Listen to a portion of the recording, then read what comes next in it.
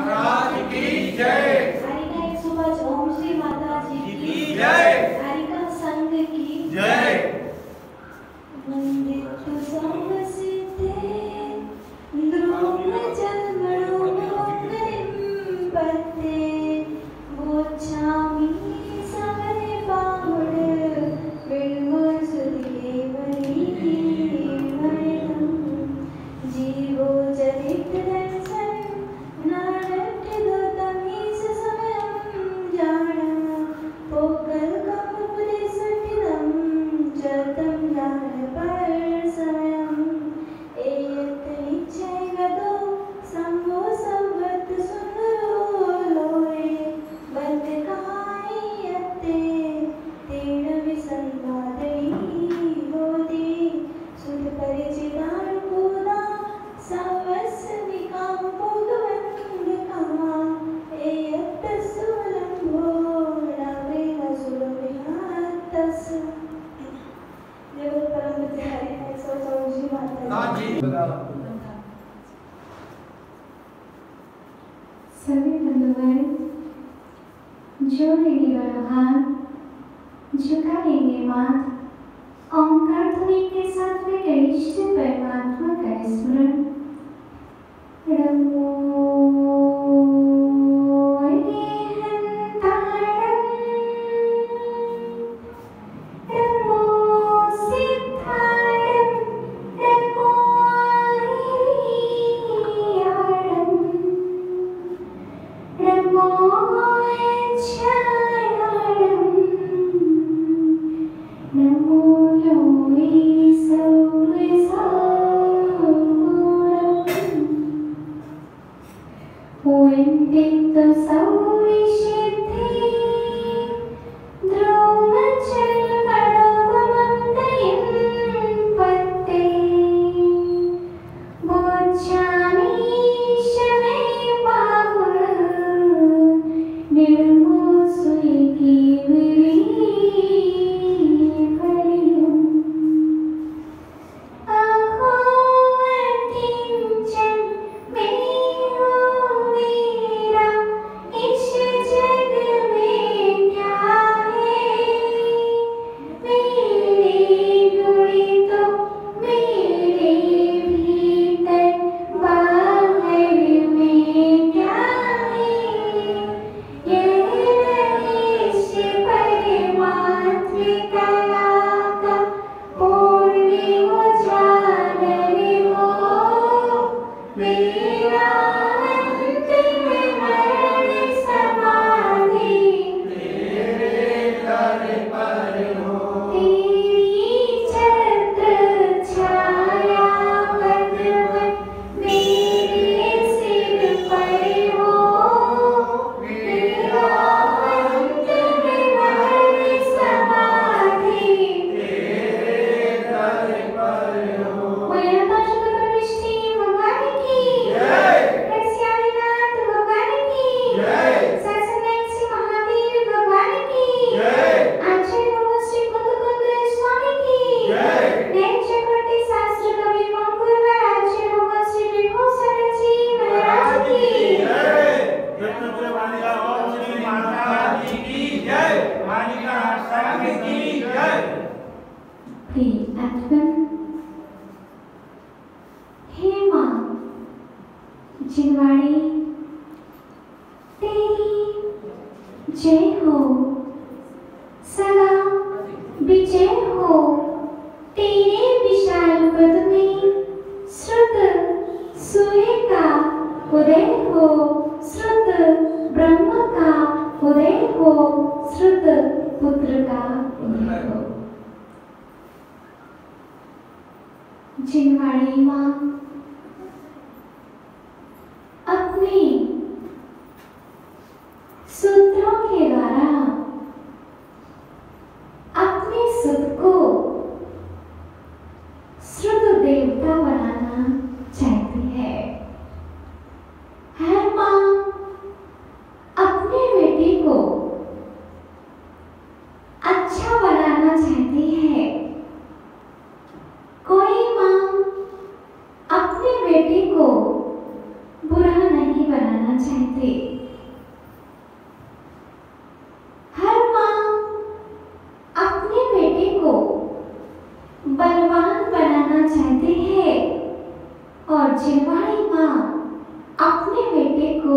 भगवान बनाना चाहती है। संसारी माँ दूध पिलाती है और शरीर को संभालती है। जिनवाणी माँ अपने बेटों को जिनवाणी का रसपान कराती है और जिनालय में बिठाते हैं। संसारी माँ सूखे से गीले से उठा करके सूखे में सुलाती है। जिनवाणी माँ निगोद से उठा करके सिद्धालय में बिठाती है।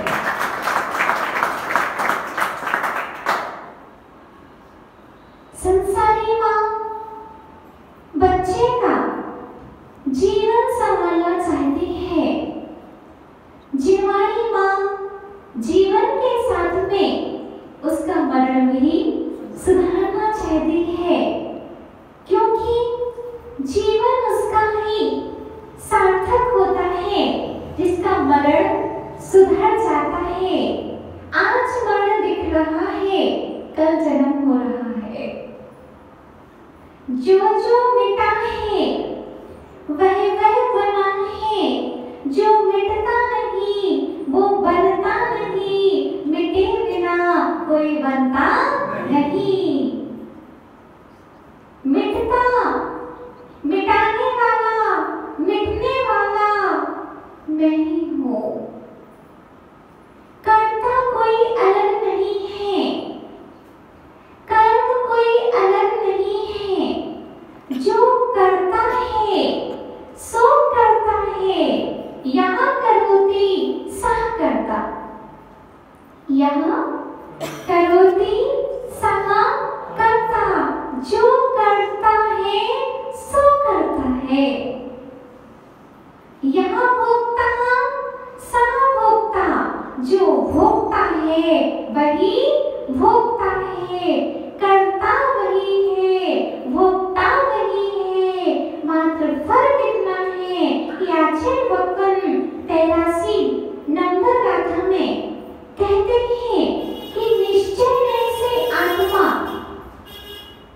कर्मों का करता नहीं है, अपने शुद्ध भावों का करता है। क्या है भैया? किसने से?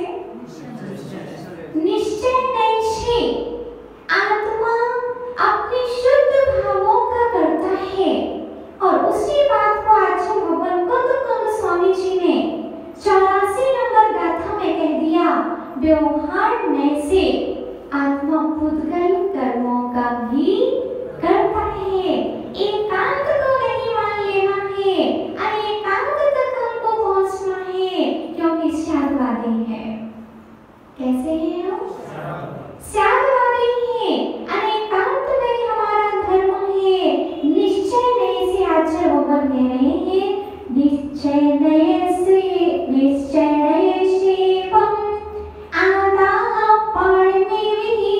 करे दी वेद यदि पढ़ो तम शिव जाने अत्ताद्वताड़म। निश्चय से आत्मा अपने शुद्ध भावों को करता है।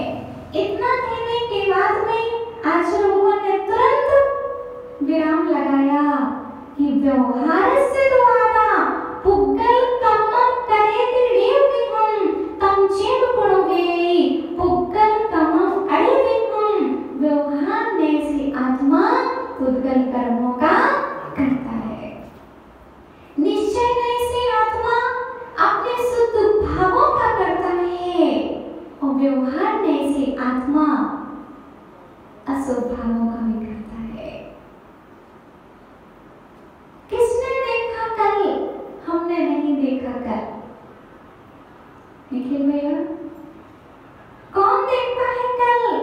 कल किसने देखा? आज के बच्चे यही बोलते हैं, कल किसने देखा?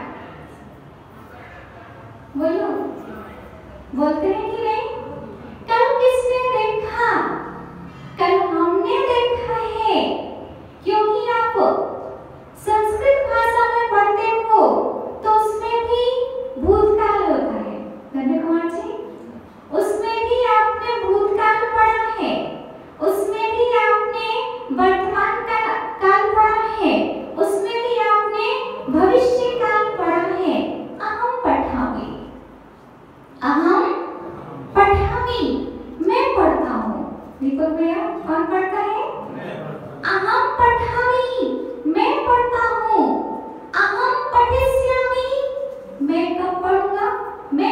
भविष्य में पढ़ूंगा।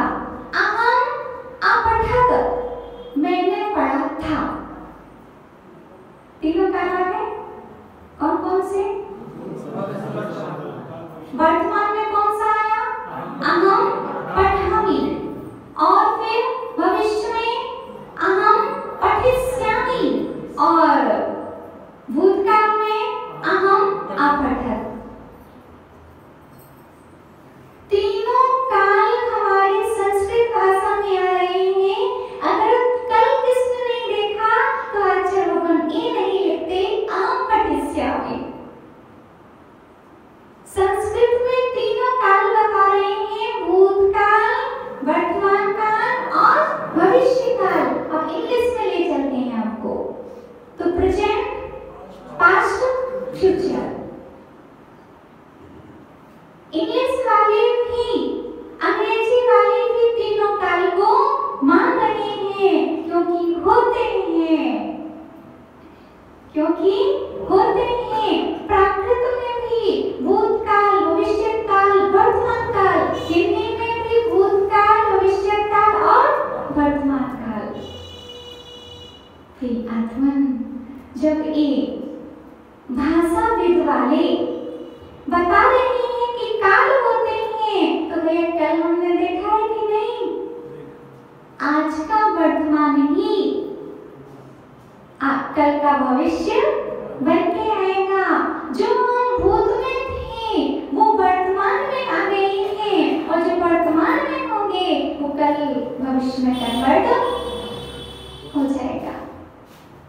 इसलिए यहाँ करोति साकर्ता, जो करता है सो वह करता है, जो करता है वही भोगता है। ऐसा नहीं है करता कोई हो और भोगता कोई हो।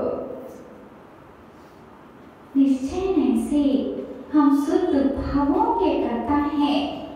निश्चय नहीं स्वतः कथन करता है, और व्यवहार में पर का कथन करता है। स्वाश्रितो निश्चया, नमन भैया, स्वाश्रितो निश्चया, पराश्रितो व्यवहारा। जो सौ के आश्रित होता है वो निश्चय नहीं है, और जो पर के आश्रित होता है वह क्या है? व्यवहार है।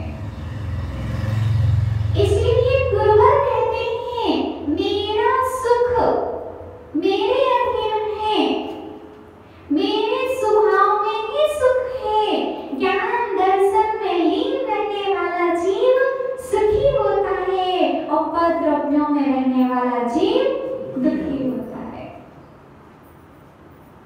एक समय में एक ही उपयोग होता। बोलो, जब आप देखते हो तब सुनते हो क्या?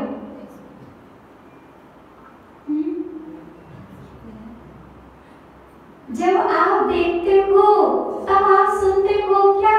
और जब सुनते हो तब देखते हो क्या? साथ में करते सब। गहन सूक्ष्म है, गहन सूक्ष्म है।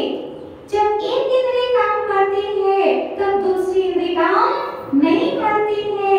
जब हम देखते हैं तब हम सुनते नहीं हैं, और जब सुनते हैं जब देखते नहीं हैं। एक समय में एक ही क्रिया होती है। फर्क पड़ रहा है, किंचित फर्क पड़ रहा है। जैसे लाइव चलता है मोबाइल में प्रवचन लाइव चलता है। आप सोचते हो कि लाइव चल रहा है, लेकिन कुछ सेकंड का फर्क वहाँ पड़ता है। इसका अनुभव हम लोगों ने किया है। जब कार्यक्रम आपके परीक्षण पर्व में चल रहे थे, लाइव टेलीकास्ट चल रहा था, लेकिन यहाँ की आवाज भी हम सुन रहे थे और इसकी मोबाइल की भी आवाज सुना रहे थे। थोड़ा सा अंतर, लेकिन क्या बोलते हैं हम? लाइव चल रहा है। कुछ सेकंड का फर्क पड़ता है। चाहे जिनवाणी चैनल को देख लीजिए, चाहे पारस चैनल को देख लीजिए, उसमें लिखा आएगा लाइव टेलीकास्ट, लेकिन फर्क तो पड़ता है। ऐसे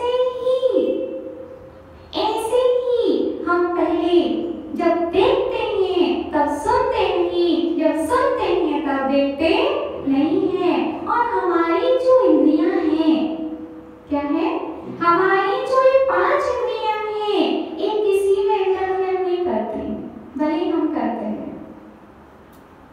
आप कभी सुनेंगे नहीं। हमारी आंख, धन्य कुमार जी, आपने कभी सुना? आपकी लगता है मैं सुनते हो, आंख से सुनते हो, कान से देखते हो, ऐसा है क्या? ऐसा नहीं है। आंख देखने का काम करती है तो आंख देखने का ही काम करेगी। कान सुनने के काम करते हैं तो वह सुनेंगे ही। मुख बोलने का काम करता है तो वह बोलेंगे ही। हाथ पैर स्पर्श इंद्रिय हैं तो ये चखेंगे नहीं। जीभ का स्वाद जीभ लेगी और आंखों का स्वभाव देखना है तो वह सुनेगी नहीं। लेकिन ये भैया 5 इंद्रियां मेरी नहीं है। क्या है? 5 इंद्रियां मेरी नहीं है।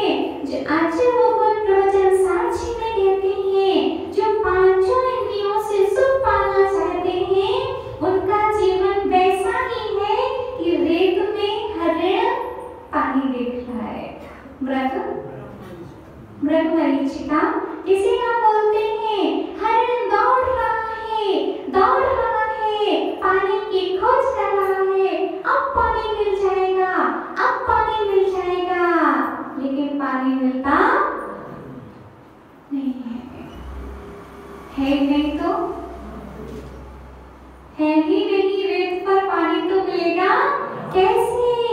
ऐसे ही हम इंद्रियों से सुख चाह रहे हैं। कभी स्पर्श इंद्रिय का सुख चाह रहे हैं, कभी रसना का, कभी घ्राण का, कभी चक्षु का, कभी कर्ण का, लेकिन सुख है ही नहीं तो मिलेगा कैसे? दौड़ रहा है आदमी, सुबह से शाम तक दौड़ रहा है आदमी, दौड़ते ही दौड़ते दम तोड़ रहा है आदमी। दौड़ कम नहीं हुई। जब से जन्म हुआ जो दौड़ चालू हुई है वो अभी तक समाप्त नहीं हुई है। पहले खिलौने के पीछे दौड़ते थे और अब धन संपत्ति के लिए दौड़ रहे हैं। प्रिय आत्मन, जो हम कर्म कर रहे हैं वह कर्म करने वाला मैं ही हूँ। किसी ने मेरे साथ में कर्म की पोटली बांध के नहीं रखी है। भले ही धन्य कुमार जी आप कह रहे हैं कि आपकी तो एक गॉड गिफ्ट है।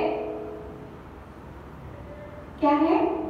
नमन भैया, आपका गाना तो गॉड गिफ्ट है। क्या है? पक्का? पलटोगे तो नहीं? गॉड गिफ्ट है ना? गाना आपका गॉड गिफ्ट है। आचार्य भगवान का कविता लिखना पक्का? गिफ्ट गॉड देते हैं? बोलो पंडित जी, भले ही कह लो कि आपकी गॉड गिफ्ट है, लेकिन गॉड गिफ्ट देते नहीं है। और जो गॉड गिफ्ट दे वो मेरा गॉड है ही नहीं। देने वाला मेरा भगवान है ही नहीं। अगर देना होता भगवान को तो वे सबको एक साथ देता। क्या करता? अगर देना होता भगवान को तो सबको एक साथ देता, किसी को कम ज्यादा नहीं देता। लेकिन आचार्य भगवान कहते हैं सब एक से क्यों नहीं है? तो आचार्य भगवान ने कह दिया प्रवचन साक्षी में, नाना जीवा नाना कम्मा। क्या बोल दिया? नाना जीवा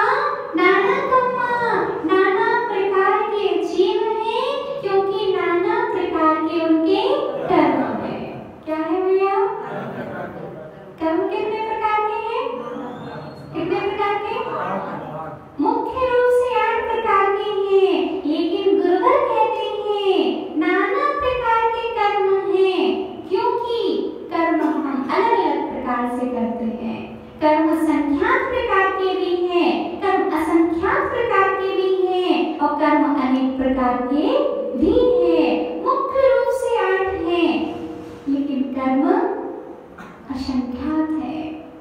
सबके कर्म एक से, सब चीज एक से क्यों नहीं होते? आपकी बेटी आप जैसी है?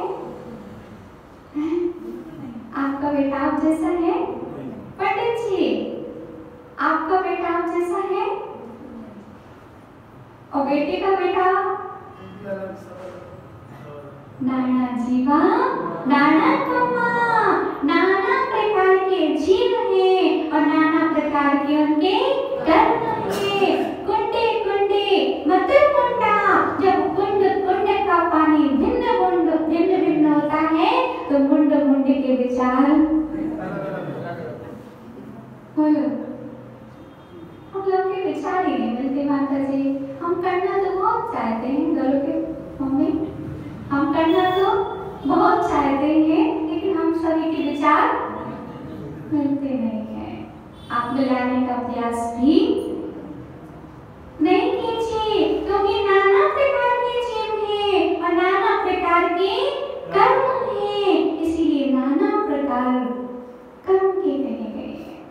कर्म किसने किए हैं? स्वाति भाभी, किसने किए हैं? स्वयं ने किए हैं। भोगेगा कौन? बोया था चना, मिलेगा गेहूं क्या? खेत तो आपका है, खेत तो आपका है। बोया था आपने चना, मिलेगा गेहूं क्या? क्यों? क्यों? बोया जो था वही मिलेगा। गेहूं बोओगे तो गेहूं मिलेंगे और चने बोओगे तो चने मिलेंगे। ऐसा नहीं होगा कि चने हो और गेहूं उग आए। लेकिन कभी कभी धन्य कुमार जी ऐसा होता है खेत में, कभी कभी खेत में ऐसा होता है कि जो हम बोते हैं वह तो उगता भी है और साथ साथ में खरपतवार भी। खरपतवार जानते हो ना? हैं? नहीं जानते? मामा जी क्या होती है खरपतवार? कचरा, एक प्रकार का कचरा, हरी घास टाइप का एक कचरा होता है, जिसकी फिर उसको निकालने के अलग फेंकना पड़ता है। अलग नहीं फेंकेंगे तो फसल और भी खराब हो सकती है। इसलिए किसान जो होता है बड़े पढ़ा लिखा नहीं होता है, लेकिन वह जानता है कि अगर मैंने गेहूं बोया है, अगर मैंने चना बोया है, तो उसके साथ साथ में खरपतवार भी अपने आप उगाती है, उसको अलग करना पड़ता है। ऐसे ही हम भले ही अभी संसार में हैं, उस स्वभाव करते हैं, स्वभाव बनाना चाहते हैं, लेकिन अनादि के संस्कार हमारी आत्मा में है। किसके संस्कार है? अनादि के संस्कार है। सुध परी जुदाणु भूया, सब सभी काम भूख बंद कहा। एयत सोलंबो रवड़ी ना सुलभो बिहत्तस। आचार्य भगवान कुंद स्वामी कहते हैं, काम भोग की कथाएं जन जन में व्याप्त हैं, लेकिन ज्ञान दर्शन की कथाएं व्याप्त नहीं है। ऐसे ही हम बोलते तो स्वभाव है, स्वभाव उगाते हैं, लेकिन साथ में खरपतवार रूपी अस्वभाव भी आ जाते हैं। लेकिन जब दोनों उगाएं तो क्या करना चाहिए? कचरा अलग कर देना चाहिए। ऐसे ही अस्वभाव जीवन से अलग कर देने चाहिए। महत् स्वभाव की फसल खड़ी करना चाहिए। उस स्वभाव रूपी फसल खड़ी रहेगी तो एक दिन शुद्ध भाव को भी हम प्राप्त हो जाएंगे। गेहूं का भाव कितना है?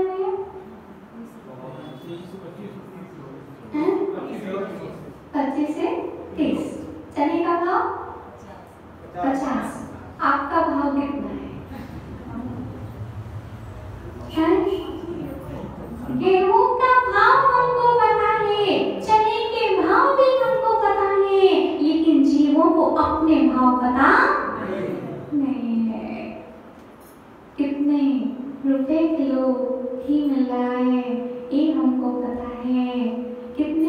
रुपए किलो गेहूं मिल रहा है, ये हमको पता है, लेकिन मुझे अपने भाव, आपके भाव क्या है मामा जी? भाव तो पता है माता जी, लेकिन अपन बधिरा तो नहीं करते उसको, भाव तो खुद को पता है। अगर हमको वास्तव में एक दिन सत्य मालूम चल जाए तो इसको असत्य को छोड़ने में टाइम नहीं लगेगा। वास्तव में हमें ये मालूम चल जाए कि मेरा स्वभाव, मेरा भाव इस संसार में रहना नहीं है, मेरा स्वभाव तो सिद्धालय में रहने का है। कैसा है भैया? मेरा भाव, मेरा स्वभाव सिद्धालय में रहने का है, इस कर्म रूपी कठपुतली के द्वारा नचाने का नहीं है। कर्म हमारे लिए नचा रहे हैं, कभी कर्म कुछ कहते हैं और वह हम करने लगते हैं। प्रिय आत्मन, इसीलिए हमारे लिए चाहिए है कि हम अपने भावों के कर्ता बने। किसके कर्ता बने? हम अपने स्वयं भावों के कर्ता हैं और स्वयं भोगता है। जो करता है वही भोगता है। इसीलिए कुछ आचार्य कहते हैं कि अगर आप बाजार से आम लाए हो तो किसका स्वाद आएगा? अनार का? आप जो चीज बाजार से लेकर के आए हो तो उसी का स्वाद आने वाला है। आप चाहो कि आम लेकर के आए तो स्वाद अनार का आए, ऐसा होने वाला नहीं है। इसीलिए आम लाए हो तो आम का स्वाद मिलेगा। ऐसी शुभ भाव बनाओगे तो शुभ भावों का फल मिलेगा, और अशुभ भाव बनाएंगे तो अशुभ भाव का भी फल किसको मिलेगा? स्वयं को मिलेगा। हम संपत्ति का बंटवारा कर सकते हैं, लेकिन अपने स्वभाव का बंटवारा नहीं कर सकते हैं। इसीलिए पूज्य आचार्य लोगों ने कहा कि पहले हम करते हैं, बाद में भोगते हैं। मंदिर आप बाद में आते हो, विचार पहले बनाते हो। इंजीनियर मकान नहीं बनाता, इंजीनियर तो मकान का नक्शा बनाता है। उस इंजीनियर को सबसे पहले नक्शा मस्तिष्क में बनाना पड़ता है, बाद में जमीन पर बनता है। ऐसे ही इंजीनियर के समान हमको दिमाग लगाना होगा कि पहले भगवान हम अंदर से बनेंगे, फिर बाहर से अपने आप बन जाएंगे। पहले हम करते हैं, बाद में क्रिया होती है।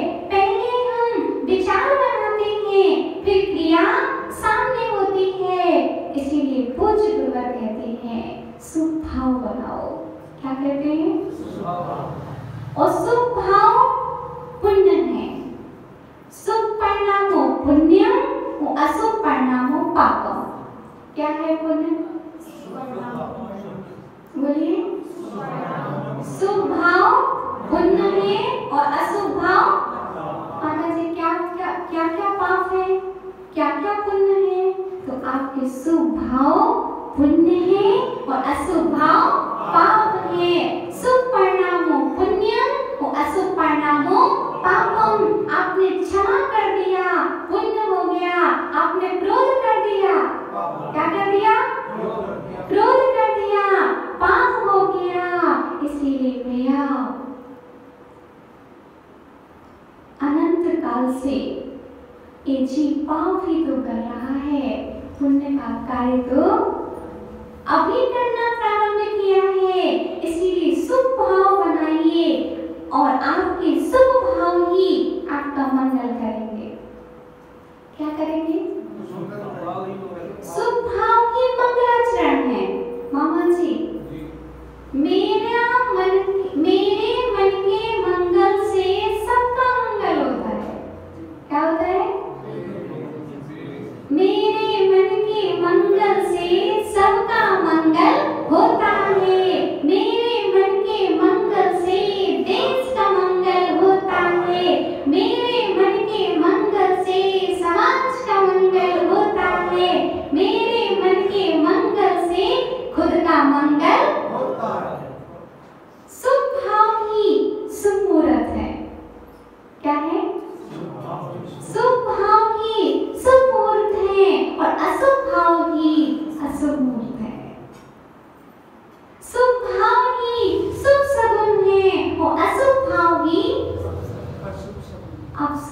हैं।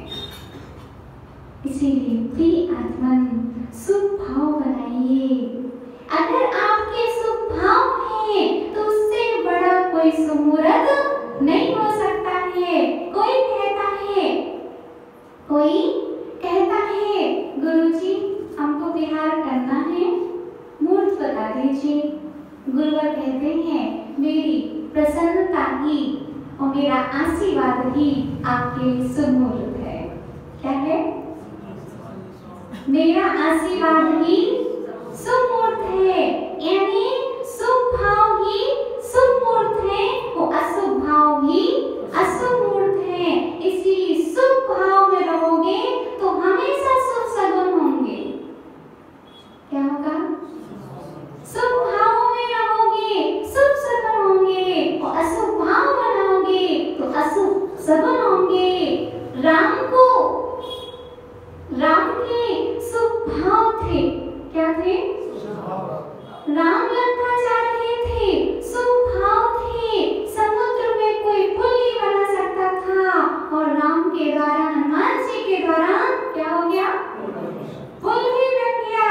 क्यों बन गया? क्योंकि शुभ भाव थे और शुभ भाव लेकर के जा रहे थे, इसलिए शुभ सगुन हो रहे थे। गाय और बछड़ा, गाय मिल जाए, बछड़ा मिल जाए, वो भी दूध पीते हुए दिख जाए तो समझ लीजिए मंगल का सूचक है। और राम को अच्छे अच्छे शुभ सगुन हो रहे थे और वहां रावण को अपशगुन हो रहे थे। सूखे वृक्ष पर पंडित जी कौवा कांव कांव कर रहा था। खाली कलश दिखाई दे रहे थे, बिल्ली का रुदन हो रहा था। मंदोदरी समझा रही थी कि आप एक कार्य मत करो, आपकी पराजय हो जाएगी। क्योंकि शुभ भाव राम के थे, इसलिए शुभ मुहूर्त मिल रहे थे। अशुभ भाव रावण के थे, इसलिए क्या हो रहा था? भाव किसका था? स्वयं का था। इसलिए बाहर में भी निमित्त वैसे मिल रहे थे और रावण का अभिप्राय अंदर से गलत था, इसलिए बाहर भी गलत दिखाई दे रहा था। बार-बार रावण को अंदर से यही फीलिंग हो रही थी कि पराजय मेरी ही होगी, क्योंकि वह भी कई शास्त्रों का ज्ञाता था। रावण कैसा था? कई शास्त्रों का ज्ञाता था, इसलिए ज्ञान होना अलग बात है और ज्ञान का भान होना अलग बात। ज्ञान हो लेकिन अभिमान ना हो। क्या हो? ज्ञान हो मगर अभिमान ना हो। हाँ, राजिम छत्तीसगढ़ का नाम आप लोगों ने सुना होगा। वहां पर तत्वार सूत्र पर पूज्य गुरुवर की सन्निधि में संगोष्ठी का आयोजन हो रहा था। कई नगरों से विद्वान आए थे, पंडित आए थे और अपना अपना विषय प्रस्तुत कर रहे थे।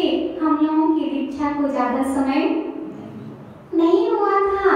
हम लोग सुनते जा रहे थे और ऐसा हमको लग रहा था कि हमको तो कुछ भी नहीं आता है।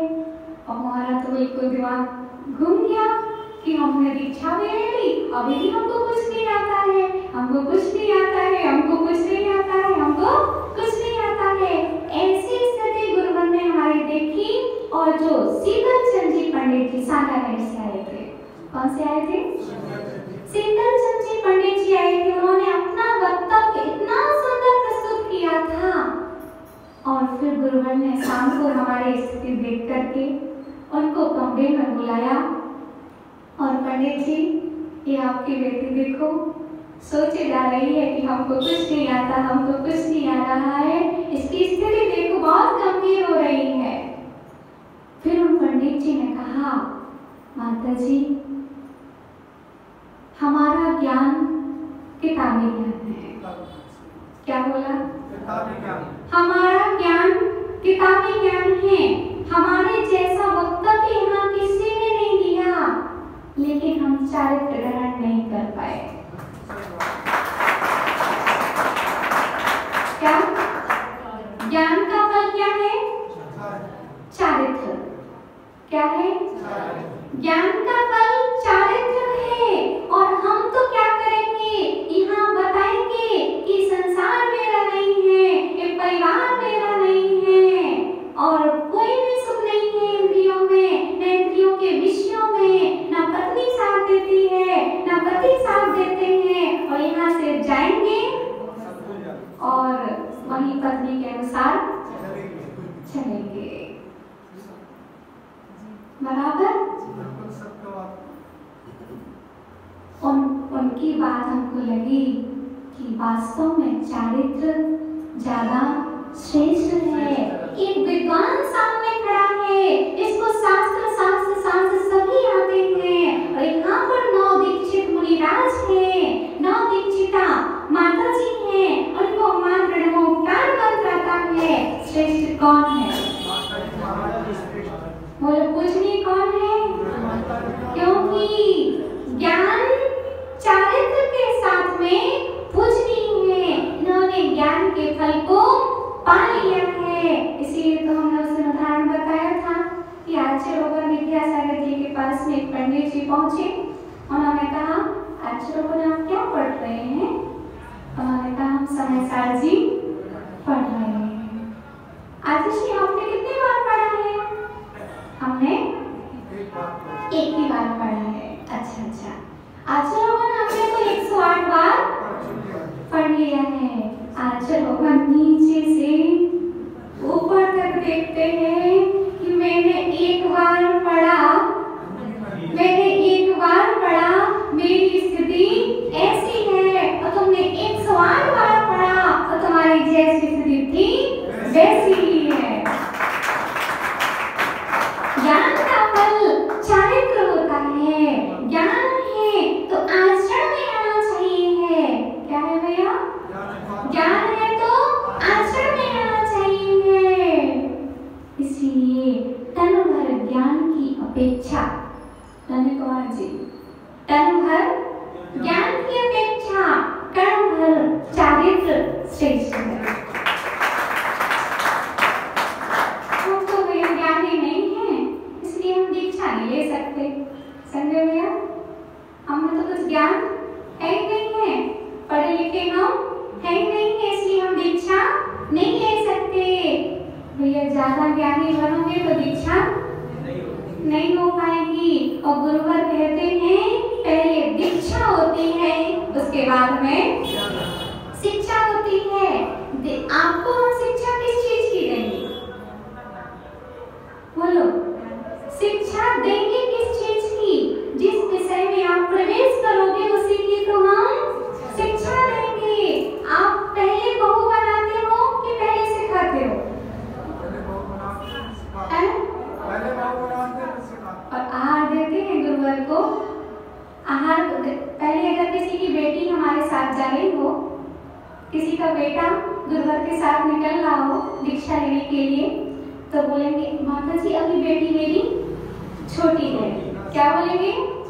अभी मेरी बेटी छोटी है, अभी मेरा बेटा छोटा है। और जो भी आहार देने जाएंगे, सागर की बात है, गुरुवर आहार दिवा रहे थे एक माँ अपनी बेटी को, तो वो अच्छे से आहार नहीं दे पा रही थी, चम्मच हिला रही थी। तो हमने कहा अच्छे से दीजिए, ब्रह्मचारी व्यवस्था में थे, हमने कहा अच्छे से चम्मच पकड़ के दीजिए। और उन्होंने कहा गुरुवर अभी मेरी बेटी भले ही आहार अच्छे से नहीं दे पा रही है, लेकिन शादी होगी और सब सीख जाएगी। क्या बोला? सब शादी होगी सब सीख जाएगी, पढ़ाई घर जाएगी तो अपने आप सब सीख जाएगी। ऐसा हम दीक्षा में नहीं कहते कि बेटा दीक्षा होगी और तुम सब सीख जाओगे। यहाँ तो हम बहाने करते हैं कि हमको तो कुछ ज्ञान ही नहीं है, माता जी हम तो पढ़े लिखे नहीं हैं, हम क्या दीक्षा लेंगे? तो भैया अच्छे पढ़े लिखे डले रहते हैं और कम पढ़े हुए दीक्षा लेकर के अपना केवल ज्ञान रूपी संपत्ति को प्राप्त कर लेते हैं। इसलिए इस बहानों में मत रहना कि हम कम पढ़े लिखे हैं, ज्ञान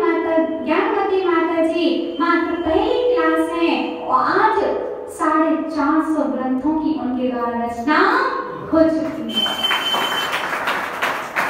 आचार्य भगवान विद्यासागर जी महाराज मात्र 10वीं पास हैं। आप पूछोगे उनसे कितने तक पढ़े आप? बोलो। क्योंकि व्यक्ति नहीं बोलता है, अब तो व्यक्ति का व्यक्तित्व बोलता है। आचार्य भगवान विशुद्ध सागर जी 9वीं पढ़े हैं, लेकिन आज आप पूछोगे उनसे कितने तक पढ़े आप? वो बोलेंगे कि पहले हमारे शास्त्र पढ़ लो, फिर हमारी पढ़ाई की पूछना। इसीलिए प्रिय आत्मन, हमारे लिए चाहिए है कि हम अपने शुभ भाव पर केंद्रित हो। शुभ भाव ही शुभ मूर्त है, वो अशुभ भाव ही अशुभ मूर्त है। हमारे शुभ भाव शुभ सगुन कराते हैं और हमारे अशुभ भाव अपशगुन कराते हैं। राम के भाव शुभ थे, इसलिए शुभ सगुन हो रहा था, और रावण के भाव अशुभ चल रहा था, इसलिए क्या हो रहा था? इसलिए प्रिय आत्मन, अपने भावों को मंगल रखो। अपने भावों से ही हमारा मंगल होता है। कोई गॉड गिफ्ट नहीं होती है, गॉड गिफ्ट देता भी नहीं है। जो दे सो मेरा गॉड, जो ले सो मेरा गॉड नहीं है। जो दे सो मेरा नहीं, जो ले सो मेरा नहीं। जो स्त्री रखे वह भी मेरा नहीं। जो ईश्वर में रहे, अपने आप में रहे, वही मेरा है।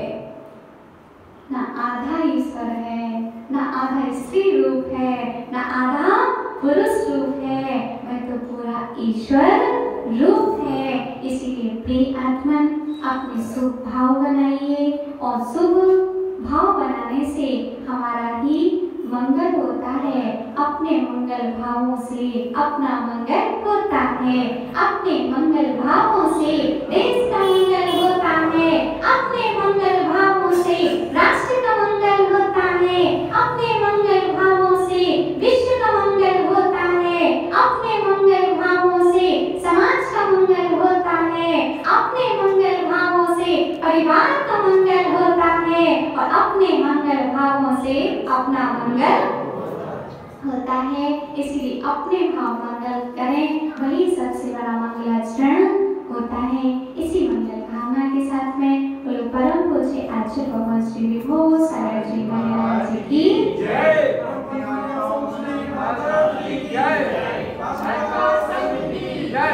जिनको कृषि पर्वत